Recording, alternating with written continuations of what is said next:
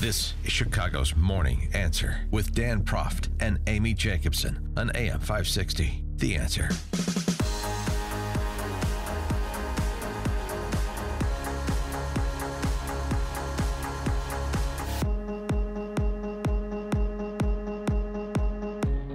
Good morning, Dan and Amy. Will TSA employees' tales of woe provide the political pressure to prompt a shutdown border security funding deal? That's the question. It's already the case that TSA absentee rates have gone up to 7.6%. That's up from 3.2% a year ago. Oh, golly. I got to travel in a couple of weeks. I hope the guy that puts my shoes on the conveyor belt just so is still there. Well, the problem that a lot of travelers are facing are long TSA lines. I don't know if you saw the one in Atlanta. Even if you had TSA pre-checked in, it was still 80 minutes to get through security because people are calling in sick because they're not getting paid. It's possible. Tyler Cohen, writing in Bloomberg, makes this point, playing a little bit of game theory to the situation. Remember a couple of things that are important. One is that it's illegal for these government workers to strike. They're guaranteed back pay for their efforts, so why not show up, right? If TSA, he makes the point, if TSA workers walk off the job in greater numbers, they run the risk of being replaced, right? Well, that's one risk, and also just public disapproval and legal sanctions if you walk off the job. I mean, rather than quit or be riffed. But absenteeism and poor performance can gum up the works, and so where is the break point? Who really knows exactly? I know that we continue to have the D.C. Press Corps amplify these tales of woe. Times are tough for some. This is Kim Kirkpatrick. She's selling her plasma. I mean, desperate times call for desperate measures. It's kind of uncomfortable to do it. You're hooked up to that machine. They pull out your blood, they spin out the plasma, and they pump it back into you. Have times ever been that tough that you've considered selling plasma? Because I remember in college that was a big thing. Mm-hmm. Oh, you get $13 if you just give you plasma. Right. You know what that was. But that's what some people are doing. I'm just sure. Uber or Lyft. Oh, a lot of Uber and Lyft drivers. That's a bridge too far, though. Let's just go right to the plasma. All right, for more on the TSA piece, we're pleased to be joined again by Robert Mark. He's a senior editor at Flying Magazine, publisher of JetWine.com. Robert, thanks for joining us and appreciate it. Hey, listen, it sounds like it's going to be an interesting discussion this morning. Yeah. We're giving blood and plasma. Well, also, before we get to the whole TSA thing, as I mentioned, I've got a trip coming up in a few weeks. Now, can I still bring my peacock on as a service animal? Do you know the answer to that question? I know that you can't. Well, it depends on whether it's a male or a female. Of course, yes, right. Because the males tend to be a little more aggressive, and they're not looked upon kindly. Toxic masculinity. But they do know how to fly, just in case the guys in the cockpit need them. You know what? I ply him with a tumbler of Dewar's, and then he sleeps the entire flight. So, it should be fine. They don't fly very well. Yeah. Yes, exactly. Yeah. All right. Well, thank you for your help on that. Oh, that's quite all right. That's what I'm here for. Yeah, but it's not this like is the answer show. Right. What's the question? What about air traffic? That's right. Right, air traffic controller, because they too are not getting paid right now, but they're supposed to come to work. Is there a sick out going on with them? Not as far as I know. I think from what the folks at the union told me, they learned from 1981, which for many of your listeners who may not remember what that is, that was the Patco strike when controllers walked off the job and most of them lost their jobs later. Right. Interesting how that sort of sets a precedent, reminds people that the graveyards are full of indispensable humans.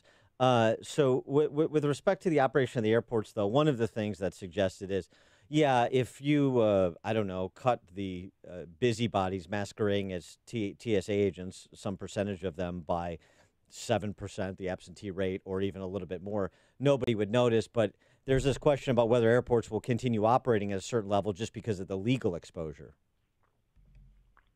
Well, I think right now, the transportation system, the airline transportation system is really vulnerable because they're not prepared for any kind of mass sick out or whatever they might want to call it. Although, honestly, yesterday one of my sources told me that the TSA folks that are calling in are actually calling in and telling them, hey, you know what, I can't afford to keep working for free.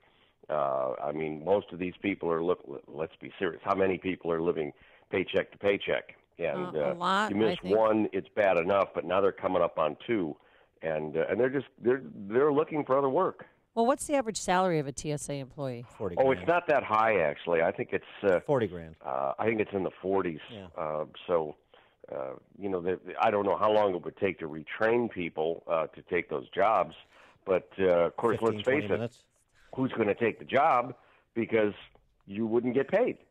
Although you have the guarantee of payment and lifetime employment, so that's pretty attractive. Well, okay, but hang on one second. All right. How long do you guys think you'd keep doing your show every morning if you weren't getting paid? I mean, seriously. Well, I know. I have lived paycheck to paycheck more times than I care to admit, but I don't. Yeah, so have I. Well. Seriously, I will answer that question seriously. If I had a guarantee that I'm going to be paid per the terms of my employment, there's no chance I won't be paid, which doesn't exist in the private sector. Then sure, I keep doing the show. Okay. Yeah. Because you want to spend more time with me. Well, that's an added benefit. Yeah, sure. I mean, that's the real feature. It's the compensation. But of course, secondary. you do have to have a stash of cash. I mean, Well, that's no, true. you have to have a cushion. Some cash on the side somewhere in order to live while you wait for that guarantee. Well, that's and true. Let's be serious. This time, we don't know how long this is going to go on. No, that's true. That's true. But I mean, TSA agents aren't working 100 hours a week. And a lot of people, not a lot of people, but there are people that work 60, 70, 80, 90, 100 hours a week in the private sector.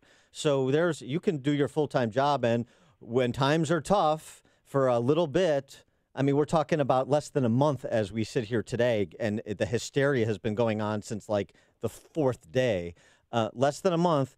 You can do other things. I can go, work at a restaurant or whatever else to make ends meet for a short period of time. So, I mean, it's not so much that I don't have empathy for people living paycheck to paycheck and paying people for their work. Of course you do. I want everybody to get paid for the work they do and make as much money as they can. I'm all for it. But here's the thing. I'm not going to tolerate or abide these, where people are being sent to Normandy, which is the kind of, selling plasma bull jive stories from the D.C. press corps. I'm just not down with that. I'm sorry. I think you're probably right with that one. And I think it's easier for the people that are furloughed, that are not required to come to work. I mean, take the controllers. I mean, I know guys at O'Hare, and I mean guys generically, that have been working 6-day weeks, 10-hour days before this started. And so they don't really have a lot of flex to be able to go take a side job and make a few bucks, while they're, to make up for the loss. Yeah, but those are the people I have even more sympathy for. That's true, but those guys are also making six figures, so ostensibly they've got a little bit more so squirreled you're away. Hoping they've got some cash on the side. One other thing too, just since you know all these rich pilots, is this sort of an interesting story? Private action out of Austin, air traffic controllers at Austin Bergstrom International Airport. The pilots took up a little collection for them that fly into that general aviation airport, and after they missed their first paycheck, they took up a little collection. Now, I don't think commercial pilots make enough money anymore to take up a collection for the air traffic controllers at O'Hare, but I just thought that was sort of a nice story about pilots. What do you mean they don't make much money? Airline pilots are getting paid pretty decently these days. It's changed a lot in the last 5 years. What is it? What's the average? Yeah. Well, I mean, even on the regional carriers. I mean, the American Eagles and all that stuff, where they used to start first officers at maybe 18 or 19,000. Now that's probably upwards of about 60 to start, and that's gone up. And of course, the captain pay has gone up on the small airplanes quite a bit, as it has at the majors. But there was a real dip in compensation for pilots for a time, wasn't there, as compared to the 80s? They were doing givebacks. Yeah, I right. mean, where they had salary cuts, before and after the recession. Yeah. Okay. Oh, well, that's good to know. It's good to know that the salaries are starting to bump up again for pilots. That's good. So the long lines. I was naturally wealthy anyway, though. Oh, right. So I didn't have that problem. Very good. Okay.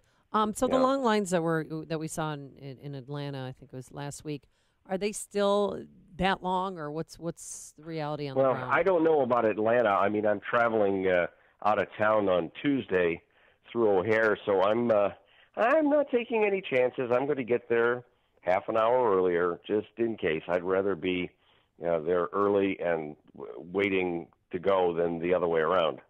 And now, since you're a jetwine.com, Flying Magazine, are you one of the mystery shoppers that tries to get weapons through TSA? And how often have you been successful, if you are? No, I'm afraid I'm not a weapons guy. I haven't really handled one since I was in the military.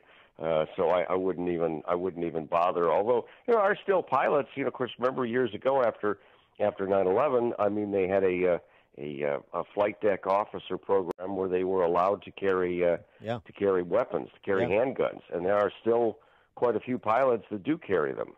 And those are the airlines I fly. Yes, I'll tell you that right now. He is Robert Marks, senior editor at Flying Magazine, publisher of jetwine.com. Robert, thanks as always for joining us. Appreciate it. Hey, you're welcome. Take care. He joined us on our turnkey.pro answer line. You see, the whole thing we're going for here at the TSA is a sort of bored fascism. You're listening to Chicago's Morning Answer with Dan Proft and Amy Jacobson on AM 560. The Answer.